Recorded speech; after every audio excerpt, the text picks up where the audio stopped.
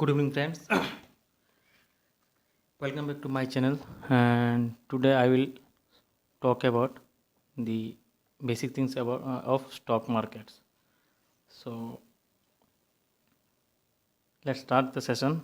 And please do not skip the video. Okay. And तक video को देखें, कुछ ना कुछ सीखने को मिलेगा.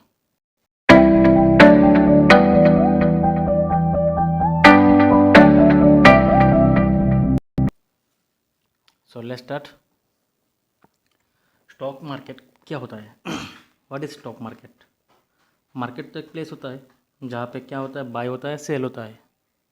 सो ऐसे ही स्टॉक मार्केट भी एक प्लेस है जहाँ पे क्या होता है, शेयर ट्रेडिंग होता है. बाय और सेल होता है.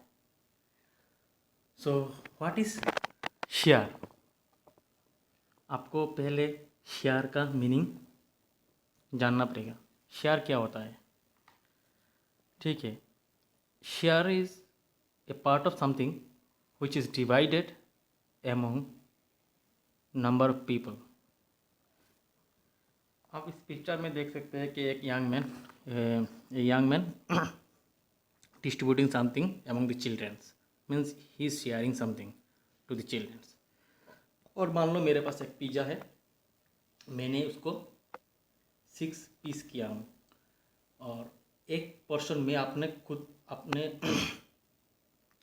खुद रख लिया और 5 जो पीस है मैं वो डिस्ट्रीब्यूट कर दिया एमोंग मेरे फ्रेंड के साथ. ठीक है. तो ये शेयर है. ठीक है. और एक दूसरे पिक्चर में मैंने दिया हूँ, तो देखिए ये शेयर सर्टिफिकेट होता है. 30-40 साल पहले शेयर मार्केट में क्या होता था, आप कोई भी शेयर खरीदते तो आपको एक सर्टिफिकेट दिया जाता था. अभी ये नहीं होता है. अभी डिमेटेरियलाइजेशन के बाद अभी अपना जो भी शेयर खरीदेंगे वो शेयर डीमेट अकाउंट में रहता है. ठीक है. सो शेयर को हम फिनेंशियल टर्मिनोलॉजी से सीखते हैं. शेयर क्या है? ए शेयर और shares is issued by company. ठीक है. As a way to raise money for future development and reinvestment into the company. So share company issue करता है. क्वेश्चन है क्यों इशू करता है? कंपनी शेयर क्यों इशू करता है पब्लिक को? जब भी कंपनी को पब्लिक से पैसा उठाना होता है तो ये पब्लिक को शेयर इशू करता है. ठीक है. सपोज मान लो XYZ एक कंपनी है. ठीक है. एक प्राइवेट कंपनी है, उनको 10,000 करोड़ का फंड चाहिए. ठीक है. अभी वो 10,000 करोड़ के लिए बैंक में नहीं जा सकता है. बैंक तो देगा नहीं, इतना आसान तरीका नहीं है. अगर बैंक लोन दे भी दे तो बैंक उसके ऊपर पे इंटरेस्ट चार्ज करता है. ठीक है. तो XYZ कंपनी के लिए सबसे easiest way to generate money होगा शेयर मार्केट. ठीक है. वहाँ पे वो क्या करेगा, वो अपना कंपनी का IPO लाएगा. ठीक है. तो IPO लाने के बाद वो पब्लिक से पैसा इकट्ठा करेगा अपना कंपनी का कुछ शेयर बेच के. ठीक है. Now the question is why should we buy shares? ठीक है. Why should we buy the shares? इसका सिंपल एक आंसर है, because the company pays dividends to its shareholders. ठीक है. आप जब भी शेयर में इन्वेस्ट करते हो तो कंपनी आपको डिविडेंड देता है. ये एक इन्वेस्टमेंट है, आपको एक डिविडेंड मिलेगा. जो अच्छा कंपनी वो अच्छा डिविडेंड भी देता है, तो इसलिए हम लोग शेयर खरीदते हैं. ठीक है ना. सो शेयर होल्डर को क्या मिलता है? डिविडेंड मिलता है. तो अब शेयर होल्डर क्या है? शेयर होल्डर जो जिसके पास शेयर होता है, जो शेयर खरीदता है उसको शेयर होल्डर बोलता है. ठीक है. सपोज मेरे पास रिलायंस का एक शेयर है, so I am the shareholder of the Reliance company. Okay. तो शेयर का डेफिनेशन आपको समझ में आ गया है. अब नेक्स्ट देखता हूँ. नेक्स्ट स्लाइड से स्टॉक एक्सचेंजेस. ठीक है. देखिए स्टॉक एक्सचेंजेस इंडिया में 2 ही एक्टिव स्टॉक एक्सचेंज है. एक है बॉम्बे स्टॉक एक्सचेंज और एक है नेशनल स्टॉक एक्सचेंज. ओके. पहले 30 से 40 स्टॉक एक्सचेंज हुआ करता था. अभी ये सब स्टॉक एक्सचेंज सब इनएक्टिव हो गए हैं. ठीक है. सो स्टॉक एक्सचेंज क्या होता है? Stock exchange is a place in which securities are bought and sold. Stock exchange में क्या होता है? सिक्योरिटीज को बेचा और खरीदा जा सकता है. ठीक है, in simple words we can say that it is a place where shares of public listed companies are traded. The main role of stock exchange is to bring companies and investors together. ठीक है, company stock exchange का main role क्या है? वो investor को और company को साथ में लाता है और एक डील करता है. ठीक है ना. सो stock exchange also helps in the valuation of securities based on the factors of supply and demand. ठीक है, तो जो दो स्टॉक एक्सचेंज है, बॉम्बे स्टॉक एक्सचेंज है, नेशनल स्टॉक एक्सचेंज, ये मुंबई बेस्ड है, महाराष्ट्र से बिलोंग करता है. ठीक है, यहाँ पे लोकेटेड है. सो बॉम्बे स्टॉक एक्सचेंज के बारे में आप कुछ जानते हैं तो Bombay stock exchange is an Indian stock exchange located on Dalal street in Mumbai. Okay, it is the Asia's oldest stock exchange. The BSE is the 9th largest stock exchange with an overall market capitalization of more than rupees 2,18,703 billion on as of May 2021. ठीक है, अभी Bombay stock exchange में कितने company listed है? Around 5,439 companies listed है. ठीक है, और इसका मेन इंडेक्स जो है वो है सेंसेक्स. ठीक है, इसका चेयरमैन का नाम है Vikramjit Sen currently. Now we move to our next exchange, that is National Stock Exchange. Okay, National Stock Exchange of India Limited is the leading government-owned stock exchange of India, located in Mumbai, Maharashtra.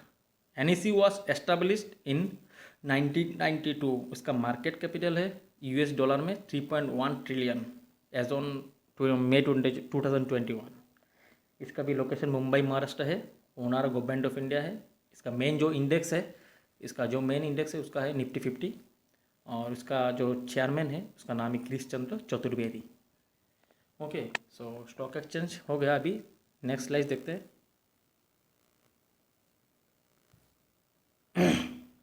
Next slide से most famous indices. ठीक है, दो indexes, वो दो सबसे famous index है सेंसेक्स और निफ्टी. ठीक है, सेंसेक्स क्या है? सेंसेक्स रिप्रेजेंट करता है बॉम्बे स्टॉक एक्सचेंज को. हमने प्रीवियस स्लाइड्स में स्टॉक एक्सचेंज पढ़ा है, जो बॉम्बे स्टॉक एक्सचेंज है और एक है नेशनल स्टॉक एक्सचेंज है. तो सेंसेक्स क्या रिप्रेजेंट करता है? बॉम्बे स्टॉक एक्सचेंज को रिप्रेजेंट करता है. और निफ्टी किसको रिप्रेजेंट करता है? निफ्टी नेशनल स्टॉक एक्सचेंज को रिप्रेजेंट करता है. ठीक है, अभी बात है सेंसेक्स और निफ्टी ये क्यों आया है, मतलब ये क्यों बनाया है. ठीक है ना. तो मैं एक एग्जांपल देता हूँ. ठीक है, हमको एग्जांपल देता हूँ.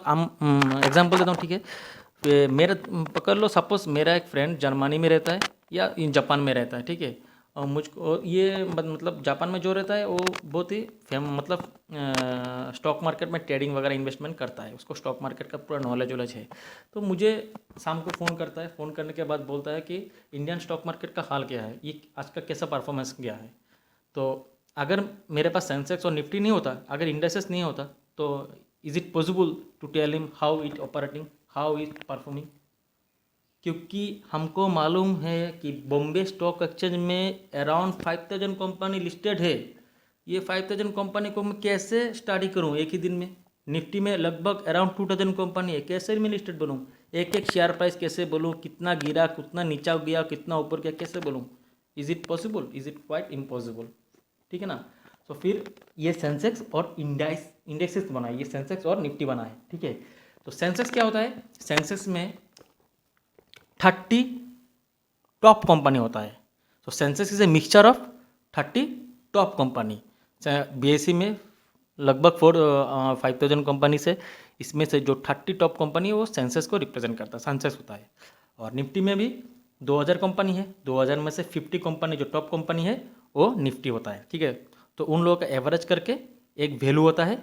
उसी वैल्यू का हम अगर किसी को बोल दूं कि मेरे फ्रेंड जो फ़ोन किया है कि सेंसेक्स आज इतना 150 पॉइंट ऊपर गया है, पॉजिटिव है, तो मेरा दोस्त समझ जाएगा कि Indian stock market is performing good today ना. सो निफ्टी में भी ऐसा होता है. अगर मैं बोलता हूँ आज निफ्टी 60 पॉइंट ऊपर है, तो समझ जाएगा ये अच्छा परफॉर्म किया है आज. सो ये है इंडेक्सेस. तो main thing of indexes is that it is an indicator, okay, of respective stock exchange, ठीक है, और both the exchanges. But indicators are gauge of only a few top performing companies of stock market. Indices are the barometer of stock market, ठीक है ना। वो कुछ ही stock market को average, वो मतलब एवरेज मार्किंग करते हैं। जैसे सेंसेक्स में 30 कंपनी से और निफ्टी 50 में 50 कंपनी से, ठीक है, उनका एवरेज निकल के एक वैल्यू होता है, उसको ही इंडाइसेस बोलता है, ठीक है। अभी इंडाइसेस का मतलब कैसे हमको हेल्प करता है, it helps to recognise trends in the market. Market up trend में है, मार्केट डाउन ट्रेंड में है या साइडवेज जा रहा है, ये ट्रेंड को रिकॉग्नाइज करने के लिए हमको मतलब इंडाइसेस हेल्प करता है, ठीक है ना। It helps to predict the future market also. Indices function as a status report on the general economy, ठीक है। सो आपको समझ आ गया इंडेक्स, ठीक है ना। अगर कुछ भी मतलब अभी क्लियर नहीं होता, आप मतलब ये रिवाइंड करके देखिए, बार बार देखने से आपको कुछ ना कुछ समझ में आ जाएगा, ठीक है। So let's move our next slides. So now the question is where we can buy shares. Obviously stock market में ही शेयर खरीद सकते हैं हम। शेयर मार्केट को टेक्निकली कैपिटल मार्केट भी बोलते हैं, ठीक है। सो यह there are 2 stages of market, primary market and secondary market, ठीक है। तो प्राइमरी मार्केट में क्या होता है? प्राइमरी मार्केट में होता है, सपोज XYZ में पिछले स्लाइड्स में बोल दिया, सपोज XYZ कंपनी को मार्केट से कैपिटल जनरेट करना चाहते हैं, तो अब कैसे करेगा? बैंक और थ्रो मार्केट, ठीक है ना। तो बैंक ज़्यादा मतलब सूटेबल नहीं है, क्योंकि वहाँ पे इंटरेस्ट भी ज़्यादा लगेगा, बैंक का प्रोसीड्योर बहुत है, ठीक है ना। बैंक में पैसा भी मतलब दे भी नहीं मतलब ये रिजेक्ट भी हो सकता है लोन अप्रूवल के लिए। तो XYZ कंपनी क्या करेगा, वो मार्केट से पैसा उठाएगा, ठीक है ना। तो मार्केट से थ्रो 100,000 करोड़ उठाना है, रेस करना है। सो उन्हें अपना बिजनेस एक्सपांड करने के लिए और बिजनेस को ग्रोथ करने के लिए बैंक में जा नहीं सकता। अगर बैंक से ले भी ले तो इंटरेस्ट पे करना पड़ेगा। तो XYZ स्टॉक मार्केट से पैसा उठाना बेटर समझा, तो XYZ क्या करेगा, अपना IPO लाएगा, इनिशियल पब्लिक ऑफरिंग वो लाएगा, और प्राइमरी मार्केट में अपना IPO इशू करेगा, प्राइस डिटर्मिनेशन करेगा, लॉट साइज या सब डिटरमाइन करेगा, ठीक है ना। So a primary market is a source of new securities. A primary market is a place where private company issues its share for the first time. IPO के बंद होने के बाद ये BSE और NSE में लिस्टेड हो जाएगी विदिन 10-15 डेज।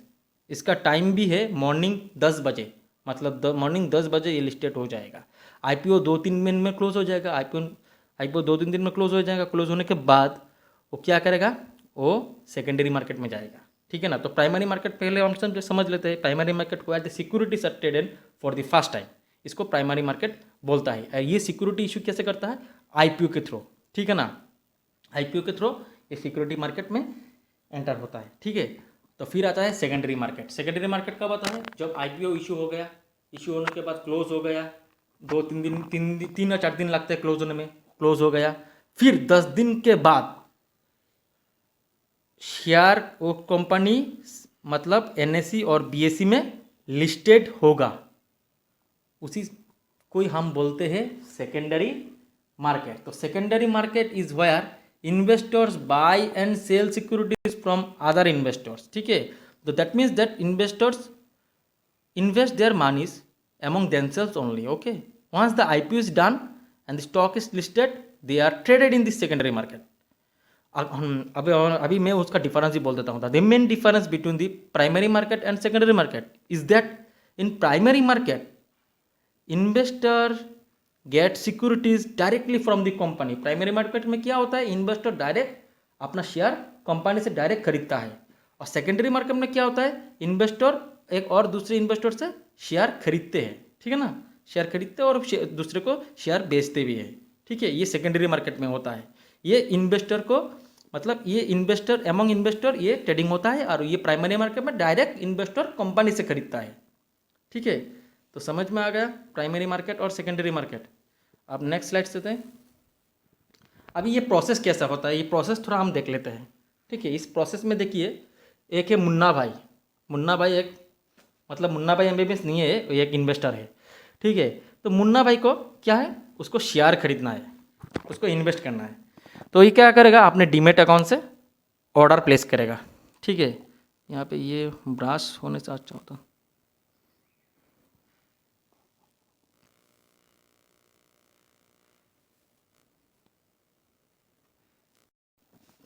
तो मुन्ना भाई को क्या करना पड़ेगा, मुन्ना भाई को शेयर खरीदना है, उसको इन्वेस्ट करना है। तो मुन्ना भाई क्या करेगा, मुन्ना भाई अपने कंप्यूटर से डीमेट अकाउंट से वो ऑर्डर प्लेस करेगा। ये ऑर्डर, ये मैसेज जाएगा कहाँ पे, एक्सचेंज पे जाएगा। ठीक है, एक्सचेंज पे जाने के बाद एक्सचेंज एक विलिंग पार्टी मुन्ना भाई के लिए खोज के देंगे। तो ये विलिंग पार्टी, ठीक है। सपोज मुन्ना भाई को एसबीआई का एक शेयर खरीदना है, एसबीआई का एक शेयर खरीदना है, एक्सचेंज जाएगा विलिंग पार्टी को देखेगा, इसको भी एक शेयर बेचना है। ठीक है, मुन्ना भाई को एक शेयर खरीदना है और इस विलिंग पार्टी, सपोज को मान लो सानी भाई को एक शेयर बेचना है। तो एक्सचेंज ये दोनों को मिलवाएगा।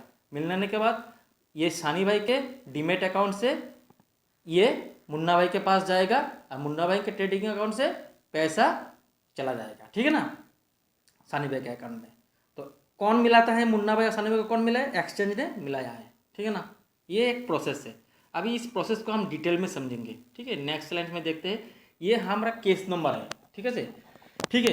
तो केस नंबर में हम क्या देखेंगे, केस नंबर में जो प्राइमरी मार्केट है उसमें क्या होता है, प्रोसेस कैसे होता है, ये प्रोसेस हम पूरा कंप्लीट देखेंगे, डिटेल में देखेंगे। ठीक है ना। सो केस नंबर में देखिए, मुन्ना भाई फिर से आ गए हैं। मुन्ना भाई को शेयर खरीदना है। ये you can see there are two entity ना, एक मुन्ना भाई है और एक कंपनी है। ये केस प्राइमरी मार्केट का केस है। ठीक है ना। अभी मुन्ना भाई को शेयर खरीदना है, कहाँ से, कंपनी से डायरेक्ट। तो कंपनी से डायरेक्ट वो शेयर खरीदेगा। ठीक है ना, कंपनी ने आईपीओ लॉन्च किया तो मुन्ना भाई को अब शेयर खरीदना है। मुन्ना भाई का कोई रिक्विजिट होना चाहिए, कोई भी मतलब उसका मतलब बेसिक कुछ चीज़ें चाहिए होगा। तो उसका पहले चाहिए होगा उसका डीमेट अकाउंट। मुन्ना भाई को एक डीमेट अकाउंट होना चाहिए, फिर एक बैंक अकाउंट भी होना चाहिए। ठीक है ना, फिर जाके मुन्ना भाई आईपीओ के लिए अप्लाई करेगा। ठीक है, अप्लाई करने के बाद मुन्ना भाई कंपनी को ऑर्डर करेगा ना। तो कंपनी बोलेगा कि मेरा एक लोट का प्राइस 10,000 है। ठीक है, आपको अगर एक लोट खरीदना है आपको 10,000 पे करना पड़ेगा। तो मुन्ना भाई बोला ठीक है, मैं एक लोट लूँगा, आप 10,000 रख लो। तो कंपनी क्या करेगा, कंपनी मुन्ना भाई का 10,000 मतलब एक्सचेंज मतलब मुन्ना भाई का क्या करेगा, 10,000 ये ब्लॉक कर देगा। क्योंकि आईपीओ का प्रोसेस 2 से 3 दिन 4 दिन लग जाता है। ठीक है ना, 4 दिन के बाद आईपीओ क्लोज होगा। तो ठीक है, 4 दिन बाद कंपनी ने मुन्ना भाई को अगर शेयर अलॉट कर दिया, मुन्ना भाई को अगर शेयर अलॉट कर दिया तो यहाँ से पैसा डिडक्ट हो जाएगा। अगर मुन्ना भाई को अलॉटमेंट नहीं मिला फिर ये 10,000 रुपीज़ जो ब्लॉक हुआ था ये फ्री हो जाएगा।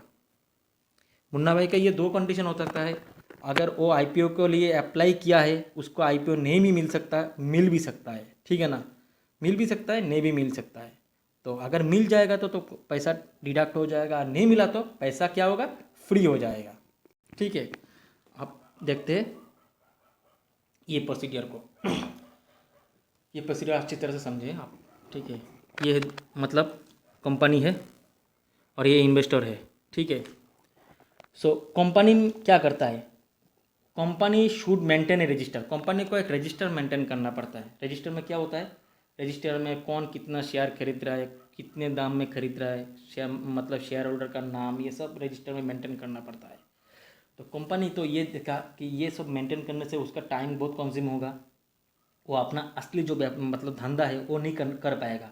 अगर ये कंपनी रजिस्टर्ड मेंटेन करने लगा तो उसको मतलब दिक्कत भी आ सकता है। तो कंपनी क्या करता है, कंपनी एक रजिस्टर्ड ओनर के पास जाता है। ये रजिस्टर्ड ओनर है, डिपोजिटरी बोलते हैं इसको।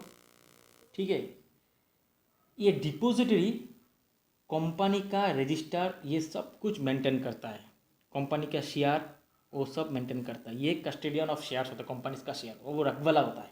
हिंदी शुद्ध हिंदी में बोलूँ तो वो कंपनी का शेयर का रखवाला होता है। तो डिपोजिटरी मेनली इंडिया में 2 है, एक NSDL है और एक है CDCL। ठीक है, तो they are the register owner of the company.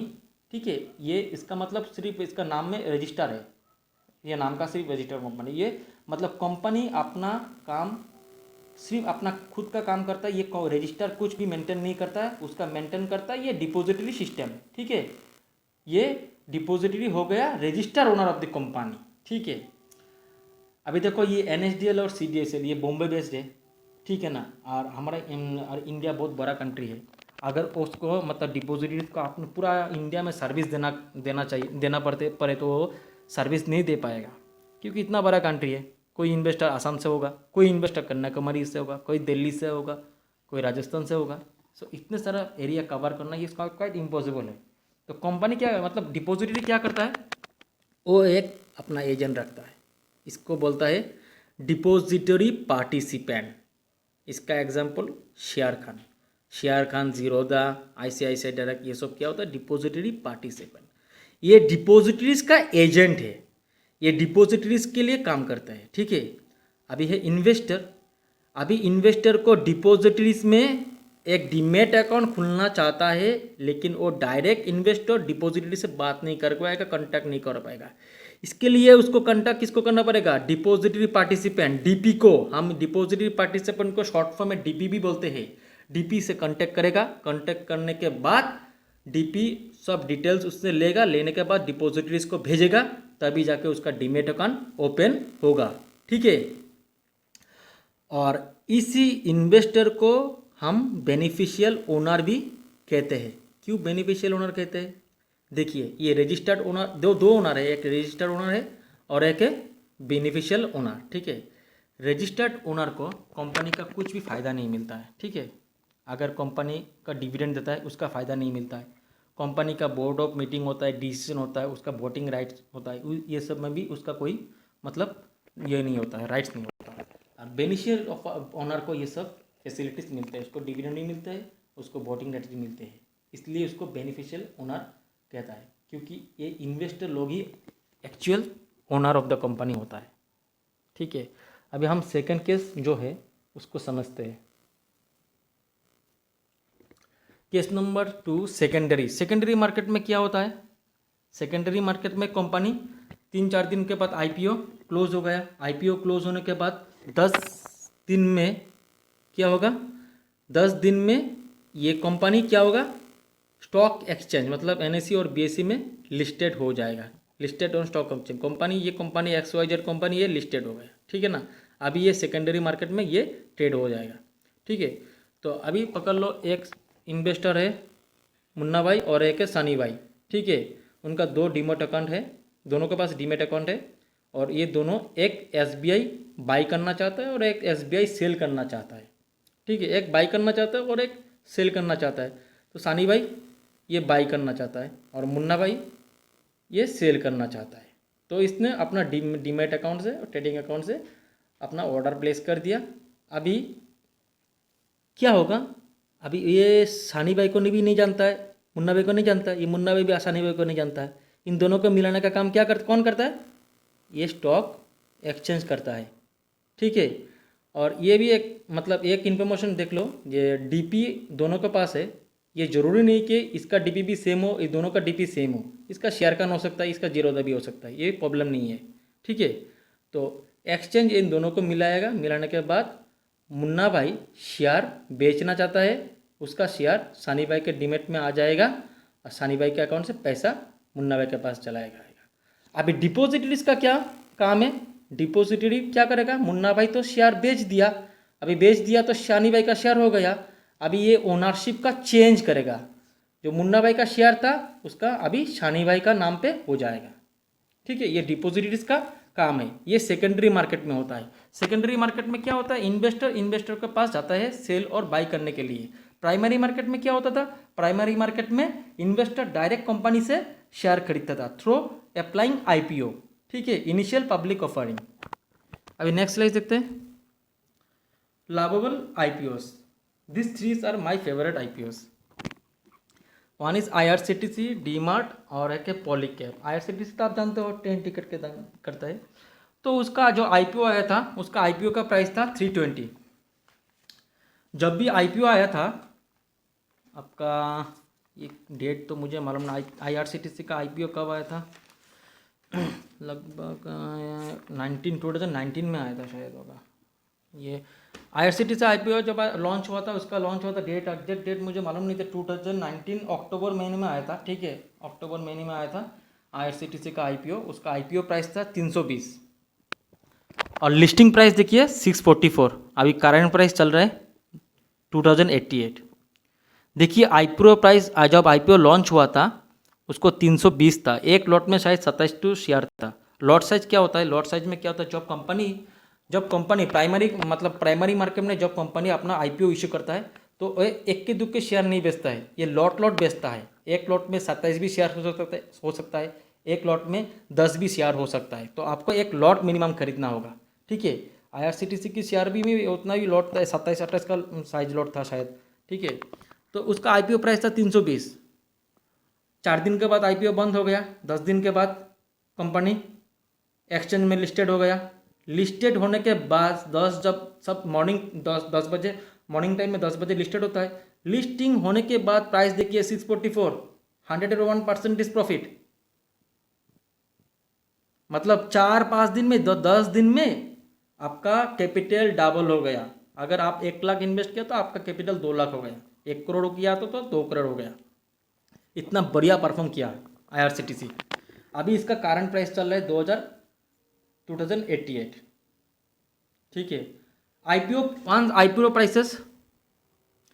Prices ये प्राइमरी मार्केट में होता है। IPO प्राइस डन, लिस्टिंग जब कंपनी लिस्टिंग हो जाएगा, लिस्टिंग होने के बाद ये सेकेंडरी मार्केट में हो जाएगा। यहाँ पे एक इन्वेस्टर से शेयर बेचेगा और शेयर खरीदेगा, ठीक है। ये सेकेंडरी मार्केट में हो गया और IPO सिर्फ प्राइमरी मार्केट में होता है। ऐसे डीमार्केट में देख लो, 299 में इशू हुआ और 605 में लिस्टिंग हुआ है, ठीक है। ये भी लगभग 100% दे दिया, मतलब डबल दे दिया, अपना मानी डबल हो गया। पॉलीकैब जो वायर केबल्स इलेक्ट्रिक चीज़ें बेचते हैं, तो इसका भी देखिए बहुत ही बढ़िया परफॉर्म किया है। So these three stocks are perform very well. मतलब अनफॉर्चुनेट बात है, मैंने तीनों में अप्लाई किया था, मुझे एक भी लॉट नहीं मिला। क्यों नहीं मिला? क्योंकि कंपनी कभी भी नहीं चाहता जो 1 लॉट 2 लॉट मतलब अप्लाई करता है उनको कभी कभी नहीं भी मिलता है, क्योंकि कंपनी हमेशा प्रॉफिट देखता है। जो 10 लॉट ऑर्डर किया है, जो 7 लॉट ऑर्डर किया है, उसको पहले देता है, फिर जाके आपको मिलेगा, ठीक है ना। नेक्स्ट स्लाइड देखते हैं। Monitor of the whole system. So who is the monitor of the stock market? It's SEBI, security exchange board of India. It looks after the entire system like a watch dog। देखिए अभी जहाँ पे पैसा है, मानी है, वहाँ पे फ्रॉड होने का चांसेस बहुत है, ठीक है ना। हर्षद मेहता के स्कैम भी देख लीजिए, सहारा का स्कैम देख लीजिए, सत्यम का स्कैम देख लीजिए, बहुत सारा स्कैम इंडिया में हुआ। लेकिन हर्षद मेहता का स्कैम बहुत बड़ा स्कैम था, सबसे ज़्यादा बड़ा स्कैम था। उसके ऊपर भी मैं एक वीडियो बनाऊँगा, ठीक है ना। तो सेबी क्या करता है, सेबी सारे चीज़ों को अपना मतलब इन्वेस्टर को राइट्स के लिए ये सब कुछ, मतलब कोई फ्रॉड कर रहा है या कुछ कर रहा है, ये सब देखने का काम सेबी का होता है। तो सेबी के बारे में जान लेता था। Securities exchange board of India was established on April 12, 1988 and given statutory powers on 30 Jan 1992 through the SEBI Act 1992। अभी सेबी का मेन फंक्शन क्या है? The main function of SEBI is to safeguard the rights and interest of the investors and to reduce malpractices related to stock exchange, establishing a code of conduct and promoting the healthy functions of the stock exchange, ठीक है। ये closely mindedly watch करता है, ठीक है। पूरा क्या क्या हो रहा है, कुछ भी गलत हो रहा है तो वो मतलब देखता है।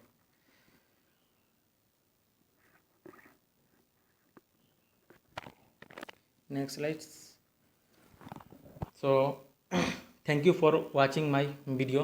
आपको ये वीडियो अच्छा लगा, कुछ सीखने को मिला तो आप सब्सक्राइब कर दीजिए ना चैनल को, और प्लीज़ बेल आइकन को भी प्रेस कर दीजिए और फर्दर नोटिफिकेशन के लिए, ठीक है। तो मैं और भी नया नया वीडियो स्टॉक मार्केट के ऊपर लेके आऊँगा, और ठीक है।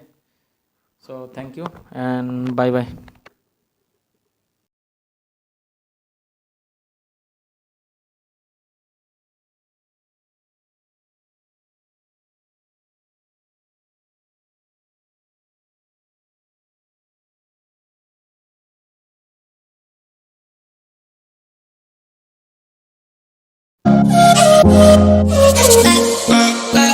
left.